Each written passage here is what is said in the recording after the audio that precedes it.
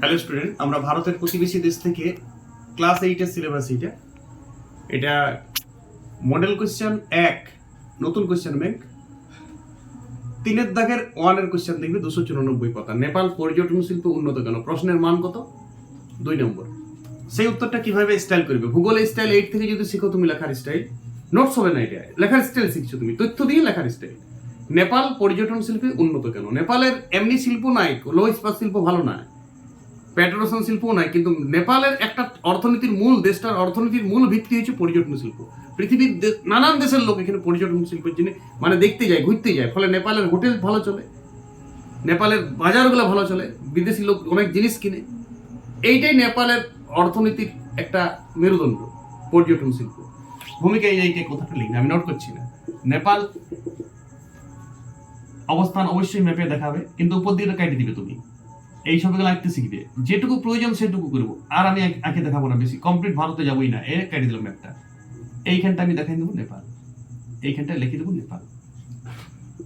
লিখতে লিখতে প্রথম ভূমিকাটাই হবে নেপাল ভারতের উত্তরে অবস্থিত, ভারতের একটা ছোট্ট প্রতিবেশী দেশ।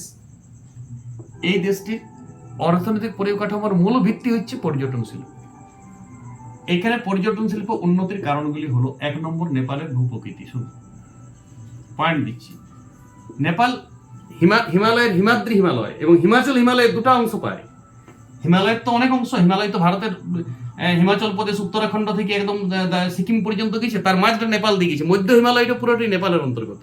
সেইখানে নেপালের বিভিন্ন জায়গা থেকে দর্শনীয় স্থান, ধবলগিরি, মাকালু, ফালুট, সবরগ্রাম, মাউন্ট এভারেস্ট, পৃথিবীর উচ্চতম শৃঙ্গ, এইটার আকর্ষণই তো পৃথিবীর উচ্চতম শৃঙ্গ। তাহলে পৃথিবীর নানান দেশ থেকে লোক এখানে দেখতে এসেছে, এভারেস্ট দেখতে যাবো। একবার পৃথিবীর সর্বোচ্চ শৃঙ্গটা তো দেখতে যায়, পৃথিবীর সব থেকে উঁচু জায়গাটা নেপাল দেশে আছে, কম ব্যাপার। তাহলে এইটা দেখার জন্য অনেক জায়গা থেকে লোক চলে আসে, ক্যামেরায় ছবি তোলার জন্য চলে আসে।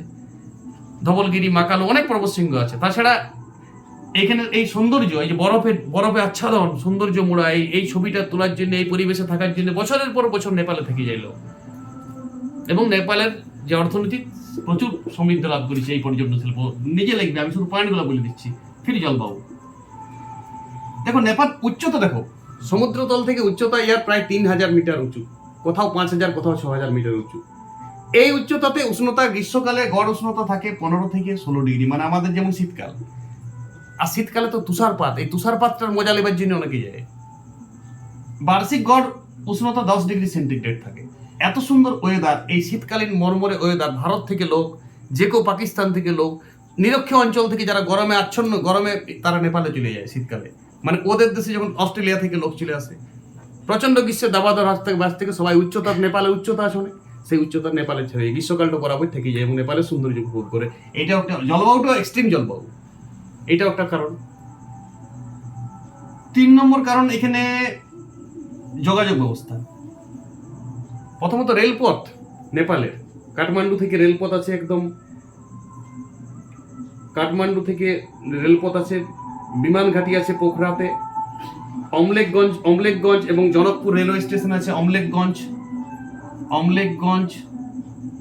এবং জনকপুরে রেলওয়ে স্টেশন আছে। কাঠমান্ডুতে রেলওয়ে স্টেশন আছে, পোখরাতে বিমানবন্দর আছে। পোখরা নেপালের দ্বিতীয় বৃহত্তম টাউন, কাঠমান্ডুতে রাজধানী, এগুলাতে প্রচুর হোটেল পাওয়া যায়। ফলে যোগাযোগ ব্যবস্থা এবং এটাও নেপালে প্রচন্ড উন্নত। তাছাড়া ধর্মীয় কিছু স্থানের জন্য মানুষ যায় এখানে। ধর্মীয় স্থান যেমন এখানে তুমি পাচ্ছ কপিলাবস্তু, বৌদ্ধের জন্ম, মানে বৌদ্ধদেবের জন্ম, বৌদ্ধ মন্দির আছে। তাছাড়া ত্রিভুবন বিশ্ববিদ্যালয় আছে, পশুপতি মন্দির আছে। এগুলো দেখার জন্য মানুষ, ধর্মীয় আকর্ষণে অনেক মানুষ নেপালে যায়। এছাড়া কিছু নদীর আকর্ষণে যায়, নদী আছে কালীগণ্ডক, কোশি জেলা। এই যে কালীগণ্ডক, কোশি আবার বিহারে এসছে, এটা গঙ্গার উপনদী, কিন্তু নেপালের মূল নদী কালীগণ্ডক। নেপালের একটা পবিত্র নদী আছে সেতী বলে, একটা পবিত্র নদী। ওই নদীটার, সেতী নদীর আকর্ষণে তো অনেক মানুষ যায়। সেতী নদীতে চান করলে নদী আও বেড়ে যায়, যৌবন অক্ষুণ্ণ থাকে। এইটা মানে ওদের মিথ আছে নেপালে, ধর্মীয় মিথ। সেই জন্য ওই একবার সেতী নদীতে চান করার জন্য মানুষ নেপালে যায়।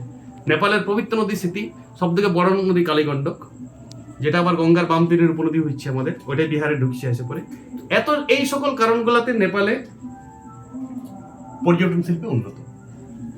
এটাই তুমি লিখবে, এই ভূপ্রকৃতির পয়েন্ট দেবে, জলবায়ু, নদীটা মাঝে ঢুকাবে, হ্যাঁ, পরে যোগাযোগ ব্যবস্থা, ধর্মীয় কারণ দেবে। এই 5টা পয়েন্ট দিয়ে উত্তরটা দিয়ে দিতে হবে তুমি। আর এইদিকে নেপালের ছবি দেখাবে, ছোট্ট ছোট্ট, বেশি ডিসকাস করার দরকার নেই, ছোট্ট করে লিখবে, পয়েন্টগুলো দিয়ে কারণটাকে ডিসকাস করবে। আশা করি উত্তরটা সবাই বুঝে গেছো। এইভাবে বিভিন্ন প্রশ্ন উত্তর লেখার স্টাইলটা আমি এরকম ছোট্ট একটা ক্লাসের মধ্যে বুঝিয়ে দেবো। পুরো কোশ্চেন ব্যাংকের আলোচনাতে আমার সাথে থাকো, ইউটিউবে ক্লাস আসতে দেখবে। ওকে।